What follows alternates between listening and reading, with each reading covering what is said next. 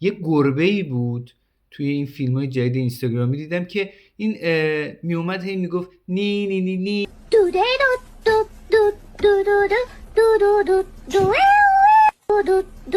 یعنی تو ذهنش داشت این میگذشت و صاحبش همه کارهایی که این میکرد داشت این کارو بد میکرد، داشت یه چیزی رو پاره میکرد اینا، ولی صاحبش میدید که تو ذهن این گربه میگذره نی نی نی نی نی نی نی نی نی و این چیزی که صاحب گربه میدید که تو ذهن این گربه میگذره موجب میشد که از دست گربه عصبانی نشه، چون گربه رو خیلی معصوم میدید و اون چیزی که تو ذهنش میگذشت رو جور دیگه میدید.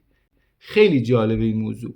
این جالبه که اون چیزی که تو در ذهن طرف مقابل میبینی موجب میشه افکار اون رو به نحو دیگه‌ای تعبیر کنی. حالا بیاریم این رو توی محیط خونه، ما این کار رو نمی کنیم.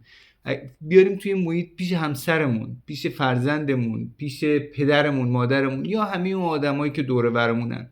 ما وقتی که داریم به افعال اینا نگاه میکنیم ما فکر میکنیم توی ذهن اینها یک سری افکار بد، یک سری افکار ناگوار، یه چیزایی میگذره و این آدم‌ها رو ما درون ذهنشون معصوم نمیدونیم.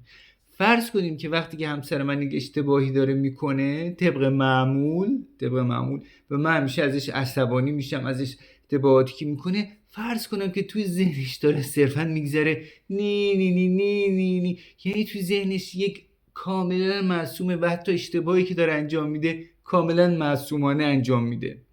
موجب میشه تمام افعال همسرم رو جوری دیگه تعبیر کنم. این کار رو الان نمی کنم، عصبانی میشم. چرا؟ چون که فکر میکنم، یعنی چون که ذهن همسرم رو میخونم، یعنی من فکر میکنم این از یک جای بدی ناشی میشه، نه از یک معصومیت، نه از یک پاکی، نه از یک اشتباه معصومانه.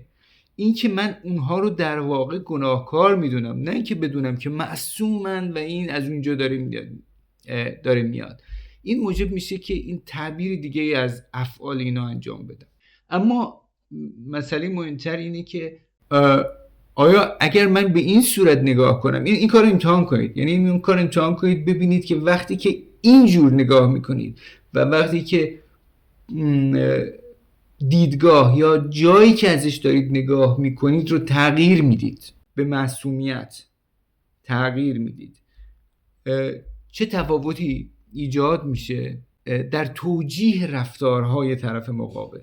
این رو حتما انجام بدید. اما نکته مهمتر از اون اینه که آیا من دارم سر خودم گول میمالم؟ آیا این کاری که میکنم یک بازیه؟ میگم که نه، اتفاقا ما داریم به حقیقت نزدیک میشیم.